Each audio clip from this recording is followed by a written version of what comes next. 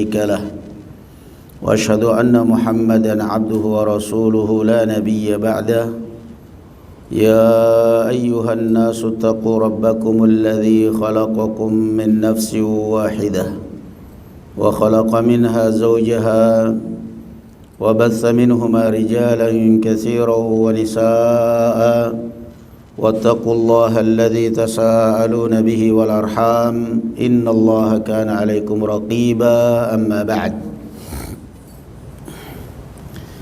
Alhamdulillah, puji dan syukur kita panjatkan kehadirat Allah Subhanahu wa taala. Salawat serta salam semoga tetap dilimpahkan kepada Nabi kita Muhammad sallallahu alaihi wa ala alihi wasallam, pada keluarga beliau dan para sahabatnya serta para pengikutnya ila yaumiddin. Di dalam pertemuan sebelumnya, barakallahu fikum, kita membahas tentang bab kembalinya atau permulaan dan kembalinya wahyu kepada Rasul sallallahu alaihi wasallam. Sekarang kita masuk pada bab atau fasal ad-da'watu sirran, dakwah secara sir. Artinya Nabi sallallahu alaihi wasallam berdakwah di Makkah itu secara sirriyah, sembunyi-sembunyi, karena beratnya pertentangan dari kaum musyrikin. Qala faqama alaihi salatu wassalam bil amr, maka Rasul sallallahu alaihi wasallam pun menegakkan dan mengamalkan perintah Allah azza wa jalla, yaitu kum fa andir, bangkit dan berdakwalah. Wa da'a li ibadatillahi aqwaman jufatan ladina lahum, yang lebih berat beliau adalah mengajak kaum yang kaku, yang tidak mengenal agama. Itu yang lebih berat. Illa an yasjudu lil asnam la tanfa' wa la tadur, yang mereka kenal adalah hanya sujud kepada berhala yang tidak dapat memberi manfaat dan tidak dapat memberi madarat. Wala hujjata lahum illa annahum muttabi'una lima kana ya'budu aba'uhum, dan tidak ada hujjah bagi mereka selain bahwasanya mereka hanya mengikuti apa yang dilakukan oleh nenek moyang mereka. Walaysa indahum min makarimil akhlaq illa murtabitan bil izzati wal unfati, ditambah lagi mereka tidak mengenal yang namanya akhlak atau budi pekerti yang mulia, kecuali yang ada adalah hanya al-izzah, kebanggaan suku, wal unfah, kehidupan rimba, wa huwa alladhi kana katsiran ma kana sababan fil gharati wal hurubi wa ihraqid dima', dan ini yang merupakan sebab utama atau faktor utama sering terjadi pertempuran, pertumpahan darah. Qala faja'ahum Rasulullah bima la ya'rifuna, maka kemudian Rasul sallallahu alaihi wasallam datang kepada mereka dengan membawa sesuatu yang mereka tidak pernah kenal. Fadhul uqulis salimati badaru ila tasdiq wa khal'il awthan, maka orang-orang yang berakal sehat mereka bersegera meninggalkan berhala dan membenarkan Rasul.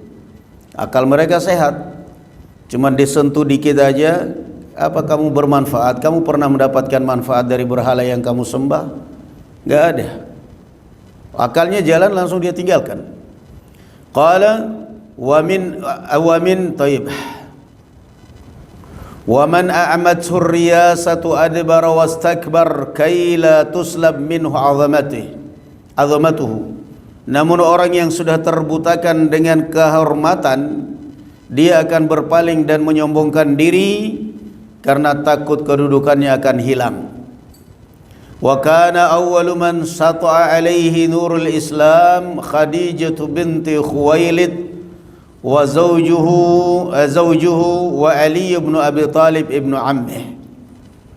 Maka orang yang pertama kali terpancar cahaya Islam dalam hatinya adalah Khadijah dan Ali bin Abi Thalib, anak dari pamannya. Bahkan dikatakan oleh Imam Az-Zahabi rahimahullah, awwalu man aslama ala wajhil ard.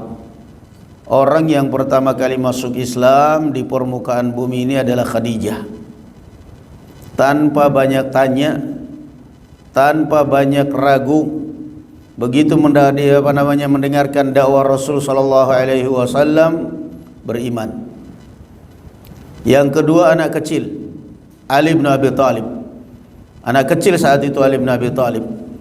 Dia hidup dalam asuhan Rasul sallallahu alaihi wasallam. Maka mereka inilah yang subhanallah Allah azza wa jalla berikan kelebihan. Artinya Khadijah radhiyallahu anha pernah merasakan Islam di dunia ini hanya berdua, seperti Nabi Ibrahim dengan Sarah. Kata Nabi Ibrahim, tidak ada di muka bumi ini Islam selain kita berdua. Maka Khadijah radhiyallahu anha pernah merasakan nasib menjadi Sarah. Tidak ada di muka bumi Muslim kecuali mereka berdua. Beliau Khadijah dengan suaminya yaitu Rasul sallallahu alaihi wasallam. Menyusul kemudian anak angkat mereka Ali bin Abi Thalib radhiyallahu anhu. Wa kana muqiman 'indahu yut'imuhu wa yusqihi wa yaqumu bi amrih. Dan Ali bin Abi Thalib radhiyallahu anhu tinggal bersama Rasul, diberi makan, diberi minum, dan juga melayani Rasul sallallahu alaihi wasallam. Lianna Quraisyan kanu qad asabu maja'atan. Dan ini sebabkan karena saat itu Quraisy tertimpa musim paceklik. Wa kana Abu Talib mukillan katsiral aulad. Sementara Abu Talib banyak anaknya dan hartanya sedikit. Ekonominya pas-pasan tapi anaknya banyak. Dia ini padahal orang kafir tapi enggak takut. Punya anak banyak padahal ekonomi pas-pasan. Orang sekarang kenal agama kadang-kadang bahkan ngaji punya anak takut padahal usahanya ada. Abu Talib Masya Allah, rezeki bukan di tangan manusia. Qala faqala alaihi salatu wassalam li'ammihi al-Abbas ibn Abdul Muttalib. Maka Rasul sallallahu alaihi wasallam berkata kepada pamannya Abbas ibn Abdul Muttalib, inna akhaka Aba Talibin kathirul iyal والناس فيما ترى من الشدة فانطلق بنا لنخفف من عياله تأخذ واحدا وأنا واحدا.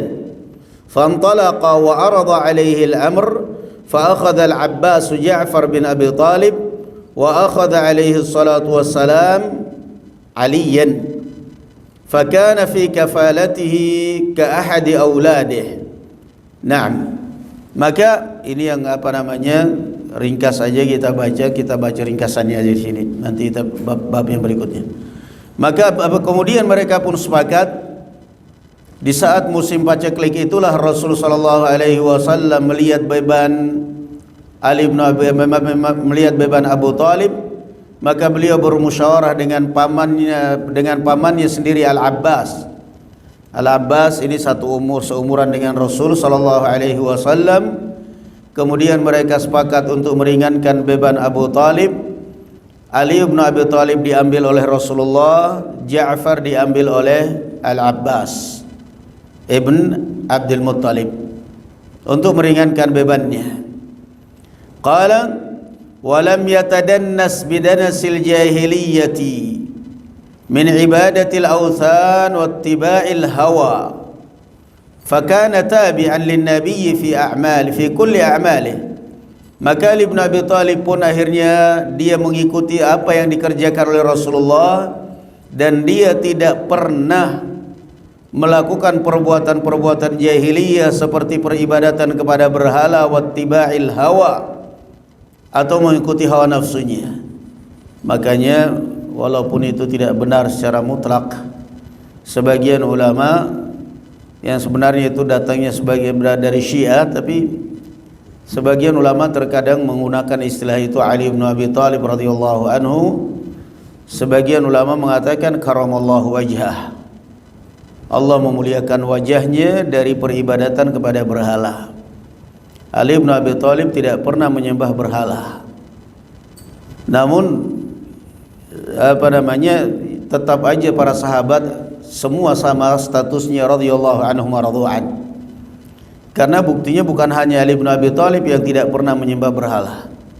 Abu Bakar juga enggak pernah. Abu Dzar juga enggak pernah.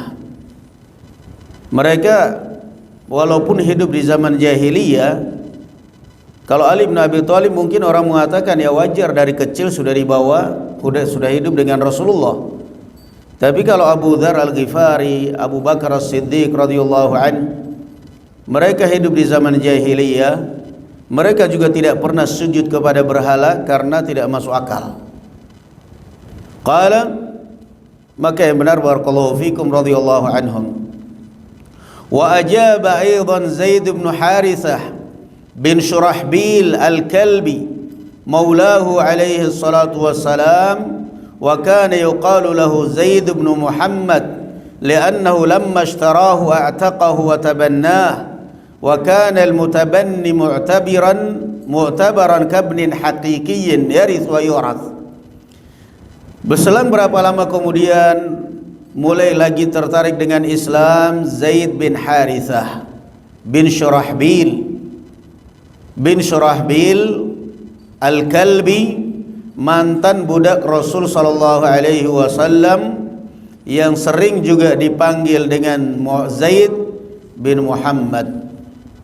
Beliau ini adalah anak budaknya Rasulullah, kemudian dimerdekakan dan dipanggil oleh Zaid bin Muhammad. Itu dulu masih belum ada larangan at-tabanni. Belum ada larangan menisbatkan anak angkat kepada diri sendiri. Di awal Islam masih diperbolehkan untuk menisbatkan anak angkat kepada diri sendiri. Misalnya dari kecil diambil itu anak pungut, anak angkat, kita katakan bin saya, itu boleh di awal Islam. Bahkan Zaid bin Harithah pun sempat dipanggil, diumumkan oleh Rasul sallallahu alaihi wasallam Zaid bin Muhammad. Namun kemudian setelah itu turun larangan, dan Allah perintahkan ud'uuhum liabaihim huwa aqsatu indallah, panggillah mereka dengan nama ayah-ayah mereka karena itu lebih adil di sisi Allah. Fa illam ta'lamu aba'ahum fa ikhwanukum fid din wa mawalikum. Kalau kalian tidak tahu nama-nama mereka, nama orang tua mereka, nama ayah mereka, maka masukkanlah dia sebagai saudara kalian, sebagai saudara. Fa illam ta'lamu aba'ahum fa ikhwanukum fid din. Kalau kalian tidak tahu siapa nama ayahnya, jadikan mereka adalah saudara kalian dalam agama. Ini siapa saudara saya? Saudara nasab, bukan saudara satu agama. Atau mungkin dikasih nama bin Abdullah, bin Abdurrahman, bin siapa lagi, bin Abdul Hamid, karena semua kan hamba Allah subhanahu wa ta'ala. Itu yang berlaku paling sekarang. Kalau zaman dahulu masih boleh, akhirnya maula Zaid, maula Muhammad sallallahu alaihi wasallam. Mereka menggunakan istilah maula, artinya mantan budak. Sekarang enggak ada istilah maula seperti ini di zaman kita. Paling minimnya mungkin kita jadikan dia saudara dalam agama, atau dijadikan nama orang tuanya Abdullah atau Abdurrahman. Qala wa awwalu man ajabahu ghayra ahli baitihi Abu Bakr ibn Abi Quhafah ibn Amir ibn Ka'ab.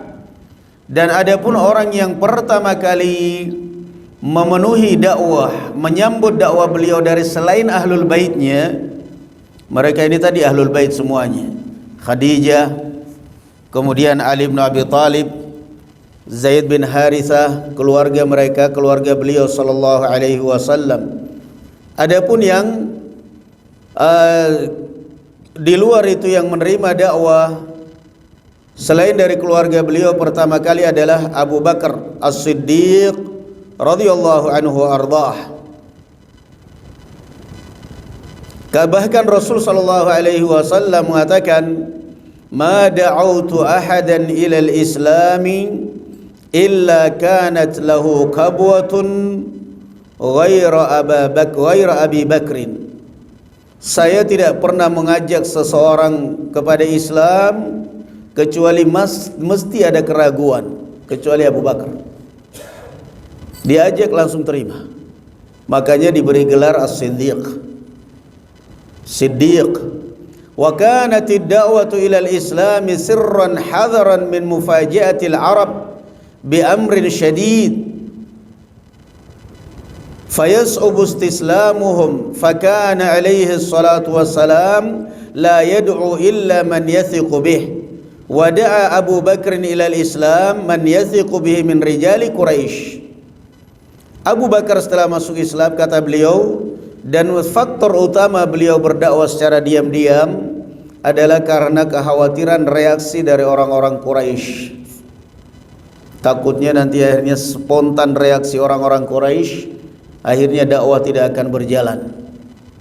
Dan ini menunjukkan bahwa yang namanya dakwah barakallahu fikum tidak seperti yang difahami oleh sebagian orang-orang hizbiyin, harakiyin zaman sekarang, berdakwah lewat partai. Kita mau masuk dalam partai biar bisa berdakwah, nggak usah kebanyakan ngomong. Masuk partai biar bisa jadi dewan, nggak apa-apa, masuk aja, nggak usah bawa-bawa agama, nggak usah bawa-bawa Islam. Kita mau berdakwah lewat partai. Semenjak kapan Nabi dan semenjak kapan Islam didakwakan lewat partai? Secara otomatis kalau udah partai harus lebih demokrasi, lebih di atas daripada syariat. Ada partai yang mengedepankan hukum-hukum Islam. Jadi anggota dewan biar kita bisa berdakwah lewat dewan. Nggak usah bawa-bawa dakwah masuk di anggota dewan. Biar bisa dapat proyek nggak apa-apa. Tapi nggak usah bawa-bawa bisa dakwah. Bagaimana kamu bisa mau menyuarakan Islam lewat dewan sementara kamu mau jadi calon anggota dewan aja akidahmu sudah kamu rusak, nyogok sana sini, kampanye sana sini, maksa orang biar dipilih. Semenjak kapan Nabi lewat pada dakwah dengan cara seperti itu? Nggak usah bawa-bawa Islam. Kita mau berdakwah lewat partai, kita mau berdakwah lewat dewan, itu namanya mimpi sebelum tidur. Sebelum Anda baru mau mencalonkan diri aja sudah harus nyogok. Sudah harus nyogok partai, sudah harus menjatuhkan lawannya, rivalnya, sudah harus. Habis itu Anda mau berdakwah lewat partai. Enggak usah bawa-bawa dakwah, enggak usah bawa-bawa Islam. Dakwah itu menyebarkan ilmu. Dakwah barakallahu fikum menyebarkan ilmu, dan itulah yang dilakukan oleh Rasul sallallahu alaihi wasallam, bukan merebut kekuasaan, bukan mendirikan negara, bukan barakallahu fikum merebut negara seperti yang difahami oleh sebagian orang-orang yang mengaku organisasi Islam. Dakwah bukan merebut kekuasaan. Ar-Rasul sallallahu alaihi wasallam, coba kita pelajari sirah beliau dakwah di awal Islam. Beliau mendatangi orang per orang. Kalau seandainya beliau sallallahu alaihi wasallam dakwahnya merebut kekuasaan, yang pertama kali dilobi adalah orang-orang yang berpengaruh, tokoh-tokoh Quraisy yang pertama kali dipengaruhi, terima Islam ataupun tidak terima Islam, yang penting gabung aja dulu. Yang penting gabung aja dulu. Kita gulingkan dulu kekuasaan Quraisy, setelah itu kita bikin daulah Islamiyah. Tidak seperti itu dakwah beliau sallallahu alaihi wasallam. Beliau menyebarkan tauhid, beliau menyebarkan dakwah. Maka sangat fatal kalau orang bermimpi bahwa dia akan berdakwah lewat partai. Kita mau berdakwah lewat partai, kamu berdakwah lewat partai bagaimana? Sementara kamu rapat aja campur baur laki dan perempuan, tanpa hijab. Kampanye lah perempuan kalian ajak di lapangan semuanya. Demo diajak perempuan.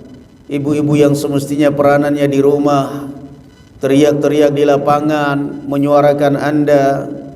Kemudian yang kedua, Anda mengangkat diri Anda sebagai calon. Apa seperti itu di zaman Rasul sallallahu alaihi wasallam berdakwah? La haula wala quwata illa billah. Ini pelajaran fiqh dakwah, ini termasuk fiqh dakwah. Termasuk fiqh dakwah. Makanya antum lihat, enggak akan pernah ada orang murni akidahnya, ada orang murni dakwahnya kalau dia berfikir dakwah lewat partai. Yang ada dia akan bermuka dua atau bahkan lebih, rusak akhlaknya. Kemudian Abu Bakar As-Siddiq radhiyallahu anhu mulai berdakwah, penyambung lidahnya Rasul sallallahu alaihi wasallam. Dia memanfaatkan pengaruhnya untuk menyebarkan Islam. Qala fa ajabahu jam'un minhum, dan kemudian Abu Bakar As-Siddiq radhiyallahu anhu mulai satu persatu mendekati orang, menyebarkan dakwah. Kemudian pas satu persatu di antaranya adalah Utsman bin Affan bin Abil As bin Umayyah mulai masuk Islam. Walamma alima ammuhu al-Hakam bi islamihi awthaqahu kitafan wa qala targhabu an dini abaik ila dinin mustahdats wallahi la uhilluk hatta tad'u ma anta alayh. Faqala Utsman wallahi la ada'ahu wa la ufariquhu. Falamma ra'a al-Hakam salabatahu fil haqqi taraka wa kana kahlan. Subhanallah, orang zaman dahulu tidak mengenal HAM. Ketika Utsman bin Affan radhiyallahu anhu masuk Islam dan pamannya Al-Hakam mengetahui keislaman Utsman, diikat. Padahal Utsman bin Affan umur sudah dewasa juga saat itu, diambil diikat. Ini kalau zaman sekarang gimana coba? Diambil diikat kemudian disumpahin, kamu tinggalkan agama nenek moyangmu hanya karena agama barunya Muhammad ini. Tidak akan saya lepaskan ikatanmu sampai kamu berdoa kepada berhala-berhala yang selama ini kamu sembah. Namun Utsman bin Affan radhiyallahu anhu bersikeras, akhirnya nyerah. Makanya beliau termasuk muhajirin yang hijrah ke Habasyah, enggak kuat. Abu Bakar radhiyallahu anhu enggak ada yang berani. Utsman bin Affan termasuk yang merasakan sakitnya siksaan di dalam karena Islam. Wa minhum Az-Zubair ibn al-Awwam bin Khuwailid bin Asad, dan di antara mereka yang masuk Islam adalah Az-Zubair ibn al-Awwam. Utsman bin Affan, Zubair ibn al-Awwam masuk Islam dengan dakwahnya Abu Bakar, terus makin menyebar Islam. Qala wa kana ammu Zubair yursilu ad-dukhan alayhi wa huwa muqayyadun liyarji'a ila dini abaihi faqawwahu Allah bis-sabat wa kana syaban la yatajawazu sinnal ihtilam. Maka oleh pamannya Az-Zubair ibn al-Awwam, ketika dia masuk Islam, oleh pamannya dililit dengan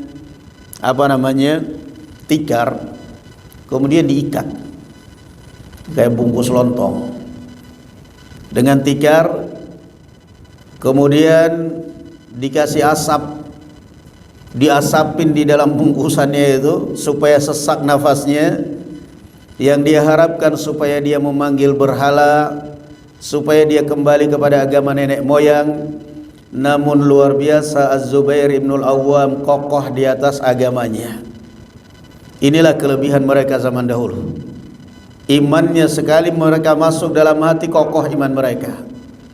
Padahal masih belum balik saat itu. Wa minhum Abdurrahman ibn Auf, wa minhum Sa'ad ibn Abi Waqqas, dan di antara mereka adalah Sa'ad ibn Abi Waqqas. Mulai masuk Islam ini dengan dakwahnya Abu Bakar. Utsman bin Affan, Abdullah bin Az-Zubair bin Al-Awwam, Sa'ad bin Abi Waqqas, Abdurrahman bin Auf. yang paling indah barakallahu fikum di antara kisah-kisah keislaman mereka ini barakallahu fikum adalah kita akan terhenti pada kisah Sa'ad bin Abi Waqqas. Sa'ad bin Abi Waqqas, Malik bin Uhayb bin Abdi Manaf bin Zuhra bin Kilab al-Qurashi. Walamma alimat ummuhu Hamnatu bintu Abi Sufyan ibnu Umayyah bi islamihi qalat lah, ya Sa'ad, balagani annaka qad saba'ta. Ketika ibunya tahu bahwa anaknya telah masuk Islam, dipanggil anaknya, saya dengar berita engkau telah sabi', telah keluar dari agama nenek moyang. Fa wallahi la yudhilluni saqfun minal harri wal bard wa inna at-ta'ama wasyaraba alayya haramun hatta takfura bi Muhammad. Demi Allah, saya tidak akan pernah bernaung dari panas dan dingin, dan saya tidak akan pernah makan dan minum sampai engkau kufur kepada Muhammad. Wa baqiyat kadzalika thalathata ayyamin. Faja'a Sa'ad ila Rasulillah fashaka ilaihi amra ummihi fanazala fi dhalika ta'liman qaulullahi ta'ala fi suratil Ankabut wa wassayna al-insana biwalidayhi husna wa in jahadaka litushrika bima laysa laka bihi ilm fala tuti'huma wa sahibuhuma fid dunya ma'rufa ilayya fala tuti' litusyrika bima laysa laka bihi ilm fala tuti'huma ilayya marji'ukum fa unabbi'ukum bima kuntum ta'malun. Al-Ankabut ayat 8. Wassahu jalla dzikruhu biwalidayhi wa amara bil ihsani ilayhima mu'minina kana aw kafirin.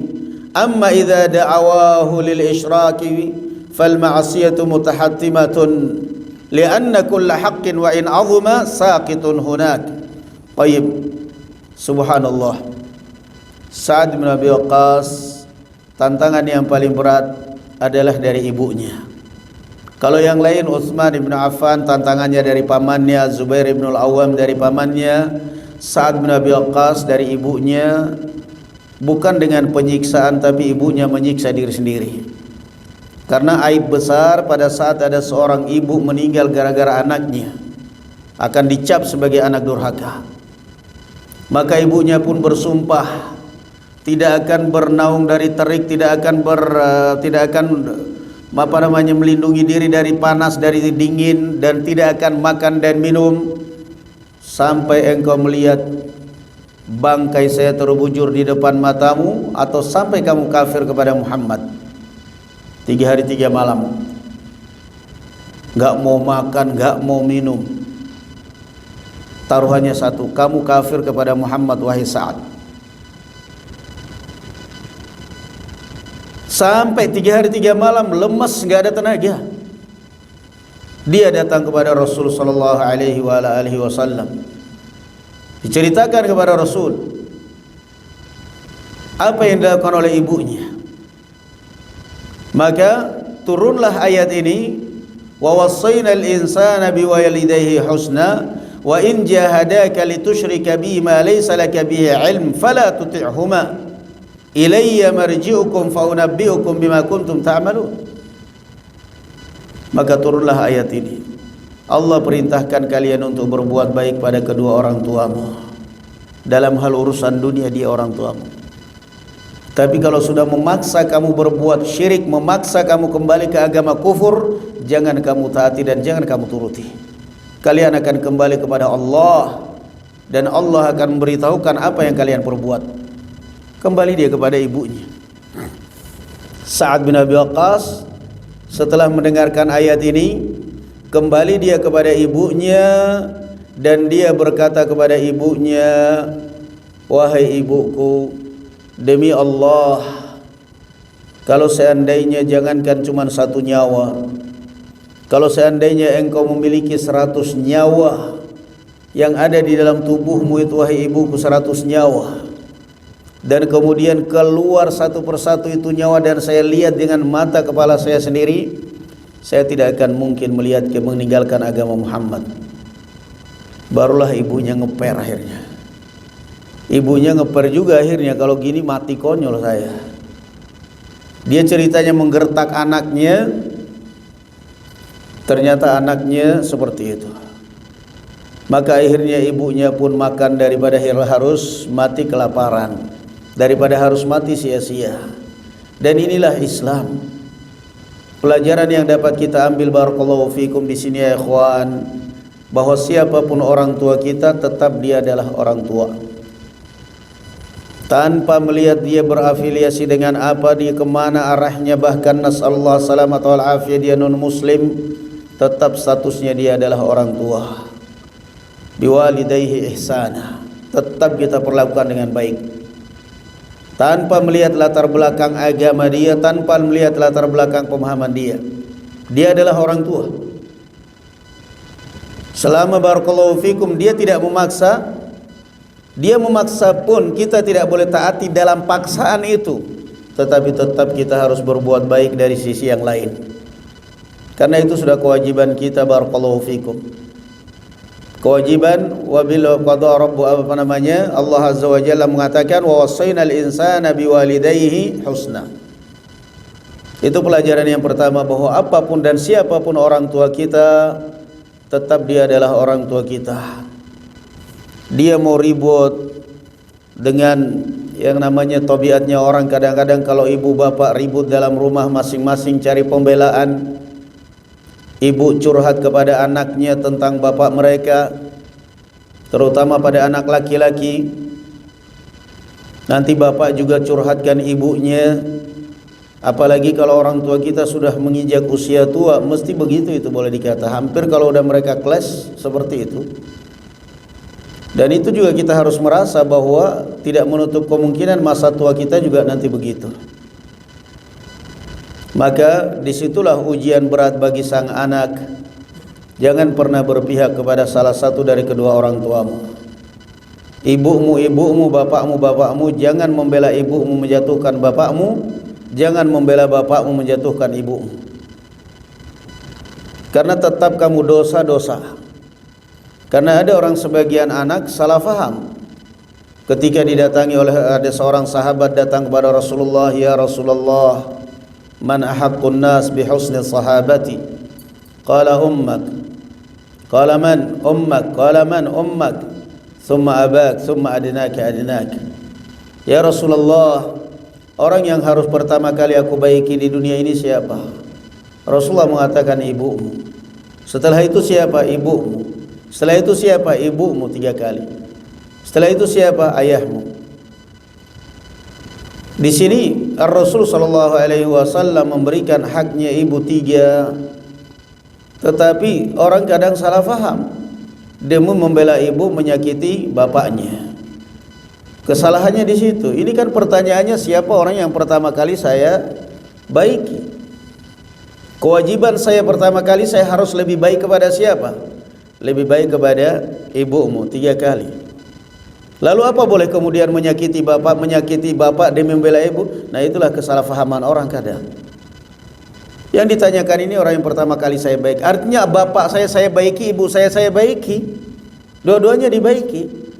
Allah azza wa jalla tidak pernah memisahkan antara bapak dan ibu dalam hal dosa durhaka pada kedua orang tua. Uququl walidain, bahaya durhaka pada kedua orang tua. Enggak memisahkan antara ayah dan ibu. Tetap durhaka, dosa-dosa.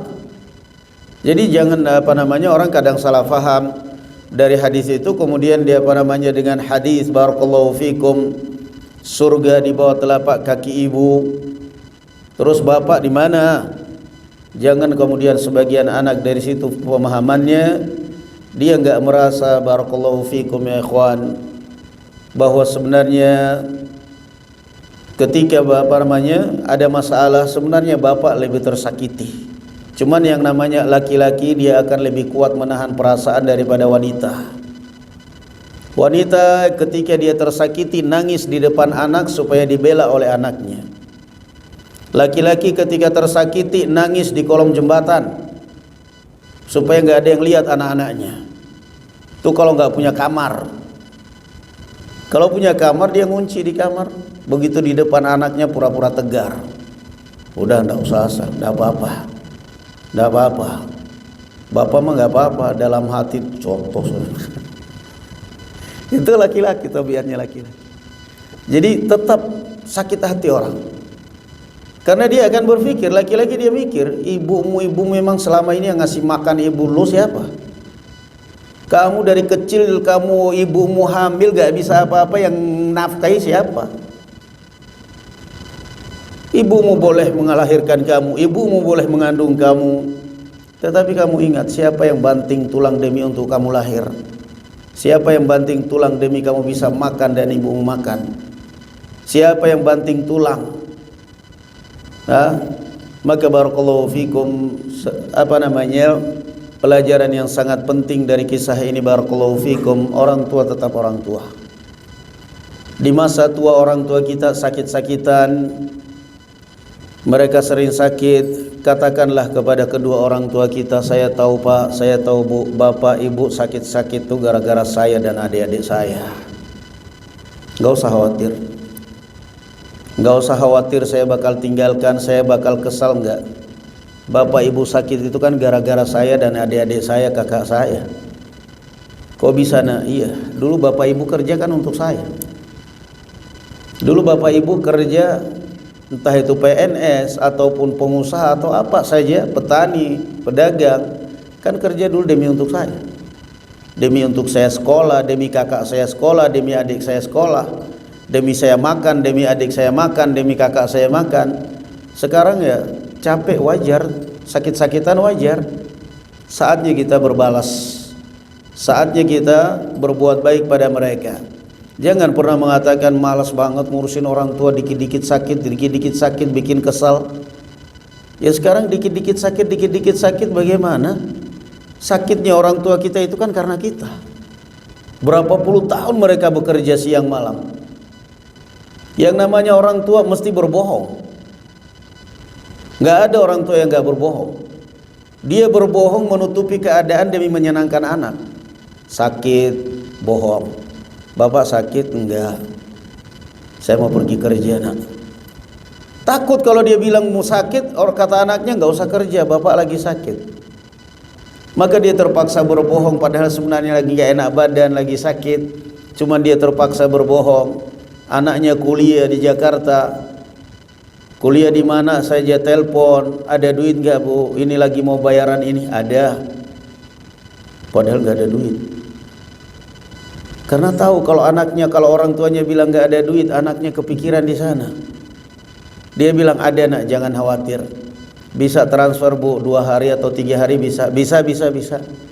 Setelah telepon ditutup, pinjam kemana ini duit ini? Mau pinjam di mana lagi duit ini? Aduh, mana hutang samping kiri kanan juga belum dibayar. Pokoknya yang penting anak senang. Itulah orang tua kita. Itulah orang tua. Makanya wajar Rasul sallallahu alaihi wasallam mengatakan la yajzi waladun walidan illa an yajidahu mamlukan fayashtariyahu fayu'tiqah. Sebaik apapun kamu wahai anak kepada kedua orang tuamu, kamu tidak bakal bisa membalas kebaikan mereka kecuali engkau mendapati orang tuamu sebagai budak, lalu kemudian kamu beli dan dimerdekakan. Itu pun bukan berarti sudah membalasnya, enggak juga. Tetap aja kebaikan orang tua kita. Maka di sini Allah mengatakan wa wassaynal insana biwalidayhi husna, padahal ini jelas orang tua yang kafir. Maka enggak ada alasan, orang tua tetap orang tua kita. Yang terakhir di sini, qala wa mimman sabaku ilal Islam Suhaib Ar-Rumi. Di antara yang pendahulu masuk Islam adalah Suhaib Ar-Rumi. Wa kana minal mawali, dan dia adalah tergolong mawali, budak. Wa Ammar bin Yasir Al-Ansi, dan Ammar bin Yasir. Waqad qala radhiyallahu anhu ra'aitu Rasulullah wa ma ma'ahu illa 5 a'budin wa imra'atan wa Abu Bakr wa kadzalika aslama abuhu Yasir wa ummuhu Sumayyah. Termasuk yang mendahulu masuk Islam adalah Ammar bin Yasir, kemudian ayahnya Yasir dan ibunya Sumayyah. Sumayyah termasuk pendahulu masuk Islam. Satu keluarga ini keluarga Ammar. Keluarga Ammar yang dikatakan oleh Rasulullah sallallahu alaihi wasallam, sabran alu Yasir fa inna ma'alakumul jannah. Sabar kalian wahai keluarga Yasir, tempat kalian adalah surga. Mereka mendapatkan penyiksaan, pembantaian satu keluarga dari Abu Jahal CS. Bahkan ibunya Ammar bin Yasir, Umayyah atau Sumayyah, ditombak hidup-hidup oleh Abu Jahal. Mohon maaf, di alat vitalnya sampai tembus di belakang, dan dia pun menghembuskan nafas terakhir. Dia pun menghembuskan nafas terakhirnya dengan tragis seperti itu, setelah ayahnya sebelumnya sudah terlebih dahulu dieksekusi oleh kaum musyrikin. Naam, sampai akhirnya Ammar bin Yasir terpaksa mengucapkan kalimat-kalimat kufur demi untuk menyelamatkan nyawa. Kemudian beliau tanya kepada Rasulullah, maka turunlah ayat Al-Quran, illa man ukriha wa qalbuhu mutmainnun bil iman. Orang yang terpaksa mengucapkan kalimat kufur, hatinya dalam keadaan beriman, maka dia tetap tenang. Juga di antara yang masuk Islam dengan dakwah Abu Bakar adalah Abdullah bin Mas'ud yang pengembala kambing. Dia pun melihat tanda-tanda kebesaran Allah, melihat akhlak yang mulia dari Rasulullah dan Abu Bakar. Dia pun meninggalkan peribadatan kepada berhala dan kembali masuk Islam. Juga Abu Dzar Al-Ghifari radhiyallahu anhu tergolong orang yang pertama kali masuk Islam, yang terdahulu masuk Islam. Dia mendengar berita akan kedatangan seorang nabi. Dia pun kemudian berangkat ke Makkah mencari jejak Rasul sallallahu alaihi wasallam dengan sangat hati-hati. Karena kalau ketahuan oleh orang-orang Makkah, maka dia akan mendapatkan resiko yang berat. Setelah dia masuk Islam, dia minta izin kepada Rasul sallallahu alaihi wasallam untuk mengumumkan keislamannya di Ka'bah. Begitu diumumkan, digebuki oleh orang-orang Quraisy. Datang kepada Rasulullah, kata Rasul, saya sudah larang, kamu tidak usah macam-macam, tidak usah cari gara-gara. Tidak apa-apa ya Rasulullah, dulu saya merampok kabilah Ghifar, Abu Dzar Al-Ghifari, kabilah Ghifar terkenal dengan rampok zaman dahulu. Saya merampok terang-terangan, kenapa saya masuk Islam harus diam-diam? Kembali lagi hari berikutnya ke Makkah, ke Ka'bah, digebukin lagi. Setelah digebukin kedua kali, dia pun sudah mulai merasakan cukup babak belur. Maka akhirnya dia pun kemudian dikembalikan oleh Rasulullah ke Ghifar, ke sukunya. Kembalilah engkau ke Ghifar, nanti kalau kamu sudah mendengar bahwa saya sudah mendapatkan kemenangan, baru kamu datang. Maka Abu Dzar Al-Ghifari kembali ke suku Ghifar, berdakwah, mendakwai kaumnya secara perlahan. Bahkan kemudian dia berhasil mengislamkan kaumnya. Kemudian menyeberang ke suku sebelah, suku Aslam, Banu Aslam. Dia berdakwah. Setelah mendengar berita bahwa Rasul sallallahu alaihi wasallam telah berpindah ke Madinah, dia pun berangkat bersama kaumnya, dua kabilah. Sampai orang-orang Madinah kaget dengan kedatangan pasukan, dikiranya adalah serangan musuh. Ternyata kaumnya Abu Dzar Al-Ghifari radhiyallahu anhu. Maka didoakan oleh Rasul sallallahu alaihi wasallam, Ghifar ghafarallahu lahum wa aslam salamahumullah. Ghifar, semoga Allah mengampuni dosa-dosa mereka, dan Aslam, semoga Allah Azza wa Jalla menyelamatkan mereka. Nah, sebagai penutup barakallahu fikum, di dalam proses dakwah rahasia, dakwah sirriya, dakwah seperti ini, dalam proses dakwah seperti ini barakallahu fikum, Allah Azza wa Jalla melindungi, memberikan benteng pelindung kepada Rasul sallallahu alaihi wasallam yang disebut dengan ayatul aman, ayat pengaman diri dari adab Allah Subhanahu wa taala. Ayat pengaman diri dari adab Allah. Allah Azza wa Jalla mengatakan, "Wa ma kana Allah liyu'adzibahum wa anta fihim, wa ma kana Allah mu'adzibahum wa hum yastaghfirun." Ayatul aman. Kata Allah Azza wa Jalla, dan Allah Azza wa Jalla tidak akan mungkin mengazab mereka ahlu Makkah, wahai Muhammad, selama engkau berada di tengah-tengah mereka. Wa ma kana Allahu mu'adzibahum wa hum yastaghfirun. Ketika Anda sudah tidak ada, maka Allah tidak akan mungkin mengadab suatu kaum yang selalu beristighfar. Maka ayat inilah yang dinamakan ayatul aman. Dinamakan ayatul aman, ayat pengaman diri. Ayat pengaman diri di mana Allah Azza wa Jalla memberitakan bahwa seberat apapun musibah yang kamu alami, seberat apapun tantangan hidup yang kamu alami, seberat apapun fitnah orang yang kamu dapatkan, selama anda selalu rajin istighfar, yakinlah Allah Azza wa Jalla tidak akan mungkin mengadab anda. Tidak akan mungkin Allah Azza wa Jalla menjadikan ujian itu sebagai adab. Bisa jadi ujian itu adalah sebagai penebus dosa kamu atau sebagai pengangkat derajat kamu. Dengan syarat wa ma kana Allahu mu'adzibahum wa hum yastaghfirun, dengan syarat perbanyak istighfar. Perbanyak istighfar. Enggak akan pernah ujian berubah menjadi azab, cobaan berubah menjadi azab selama kita selalu rajin istighfar, dan tidak akan pernah tersiksa batin kita. Barakallahu fikum. Ini yang dinamakan dengan atau yang diistilahkan dengan ayatul aman. Ayat barakallahu fikum, pengaman diri dari azab Allah Subhanahu wa taala. Na'am, wallahu alam bis-shawab. Barakallahu fikum. Alhamdulillah. Subhanakallahumma bihamdik, asyhadu an la ilaha illa anta astaghfiruka wa atubu ilaik. Assalamualaikum warahmatullahi wabarakatuh.